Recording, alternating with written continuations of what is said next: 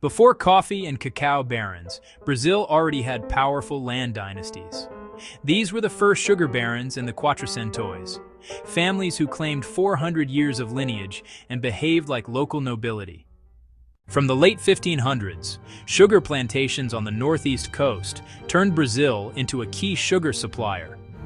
Dozens of mills and thousands of enslaved workers made some planters incredibly rich. Sugar was an export business tied to European merchants. Planters were both entrepreneurs and seigneurial lords. A one-crop economy reshaped land and labor. Ships carried crystal sugar and molasses to the Old World. Profits bought luxuries, a European-style world in Brazil.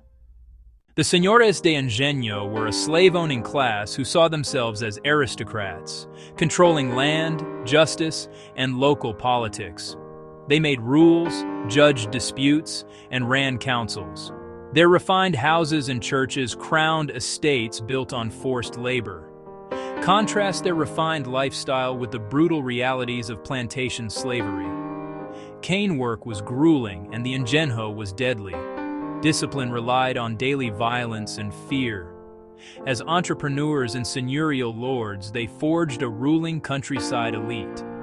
Money, status, and political power intertwined, a template for generations.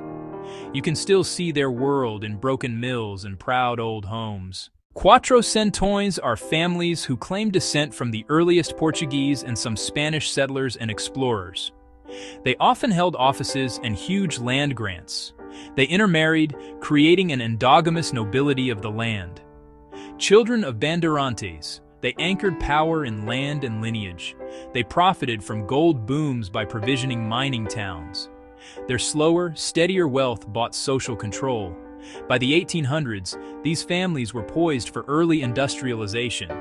Names became institutions, a closed network guiding the region. They were ready to lead the next boom.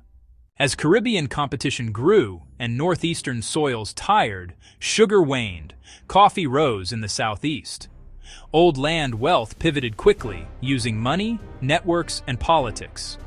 The farm system and forced labor migrated to coffee until 1888. São Paulo became Brazil's economic heart. Coffee brought fortunes larger than sugar. Coffee planters in São Paulo and cattle interests in Minas Gerais alternated power. Old sugar wealth fed directly into coffee and finance.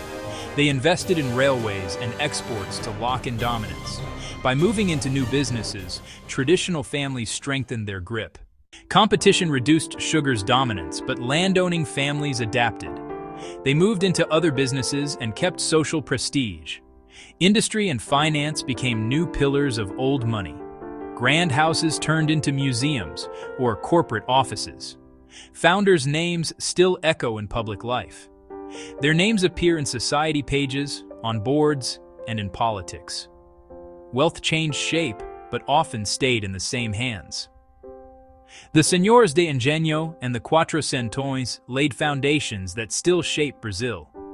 In Brazil, old money didn't start with coffee or chocolate. It began with sugar mills, land grants, and a handful of families who learned to turn plantations into power. The story continues where sugar's shadows meet coffee's empire.